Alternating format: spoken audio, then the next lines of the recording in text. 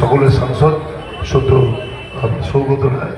আমার তো মাঝে মাঝে হিংসা হয় যে এই সাংসদ আমার অঞ্চলটুকু একদম দমদমের পাশে একটু নিয়ে নিলে অনেক অনেক ব্যাপারে ভালো ভালো ওনার যা বিষয়ের পাশে যাবো। আমি রাজার গোয়ালপুরের চেয়ারম্যান ছিলাম, উনি 50 লক্ষ টাকা দিয়েছেন একটা শুধু সাদা সুইমিংয়ের জন্য, সুইমিং পুল করার জন্য। এরকম একটা ওনার কাজকর্ম, ওনার সাংসদ তহবিলের বিষয়টা আমার খুব ভালো লাগে। মানে আমি এরকম বিষয় থাকেন এখানে যারা উদ্যোক্তা আছেন, উদ্যোক্তাদের সঙ্গে আমার মানে নিজের জামাই সোম রয়েছে এবং অন্য বন্ধু বান্ধবরা রয়েছে। এটা অত্যন্ত গুরুত্বপূর্ণ একটি সংগঠন। নপাড়া বিবেকানন্দ সোশ্যাল ওয়েলফেয়ার সোসাইটি, তার রজত জয়ন্তী বছর উপলক্ষে নানা মহতী অনুষ্ঠান।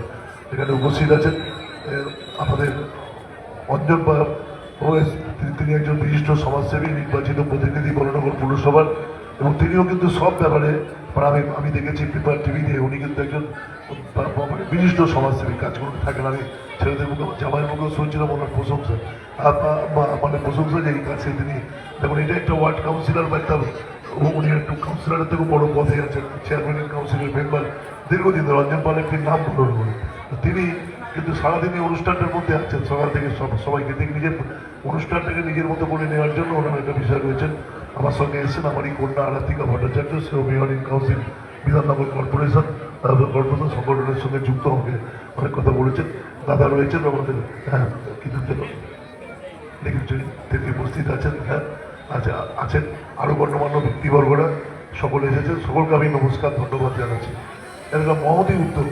প্রথমত জানেন যে মানে সেনাবাহিনীর জন্য রক্তদান 25 বছর। তো আজকে যে সমাজের যে অংশকে আমরা বাধ্য বলে ধরে নিই তাদেরকে সম্বর্ধনা, মানে সম্বর্ধনা এই ধরনের ইনোভেটিভ কাজকে আমি চিরকাল ছোটবেলা থেকে পছন্দ করেছি। তার একটা অন্যতম কারণ হচ্ছে একদম দারিদ্র সীমার নিচের পরিবার থেকে জন্মেছি। এইটা একটা মনের জেদ আছে যে দরিদ্র মানুষ বড় হয়ে তার লড়াই, তার সংগ্রামটাকে কখনো ভুলে যেতে পারে না। এক হয় মানুষ তলা থেকে উঠে গেলে তার তলাটা ভুলে যায়, উপরটাকে মনে রাখে। যে মানুষ তলা থেকে উঠে তলাটাকে মনে রাখে সেই প্রকৃত মানুষ হতে পারে, তার মধ্যে একটা জেদ কাজ করে। এবং সমাজসেবায় আমরা কখনো কম্পিটিশন আসতে পারি না। আমরা শুধু মনে করি না নির্বাচিত প্রতিনিধিরাই শুধু আমরা এই সমাজসেবা করতে পারি, আমরা মনে করি এই প্রতিষ্ঠানগুলো তারা যদি এগিয়ে না আসেন তাদেরকে অধিকার। এই সংগঠনের সঙ্গে আমি মেয়ের মুখে শুনেছি, আমি জামাইয়ের মুখে শুনেছি ওরা যুক্ত, শুনলাম ওদের কলেজ লাইফ থেকে আমরা করছি। এবং এই একজন ভালো ছেলে যারা এই কাজটাকে নিয়ে স্বপ্ন থেকে বিষয়টাকে রাখেন এবং করেন।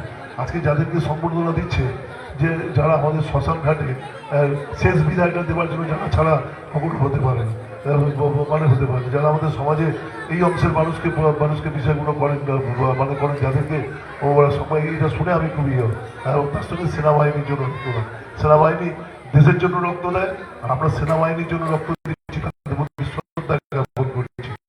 এবং একটা সংগঠন 25 বছর ধরে এই কাজটা করছে। আমি শুনলাম যে নাকি ছোট করে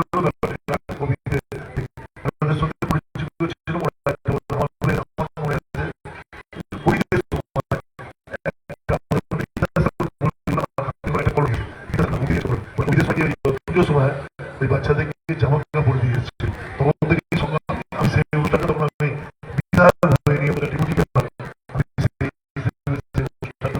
অনেক ভালো ভালো অনুষ্ঠান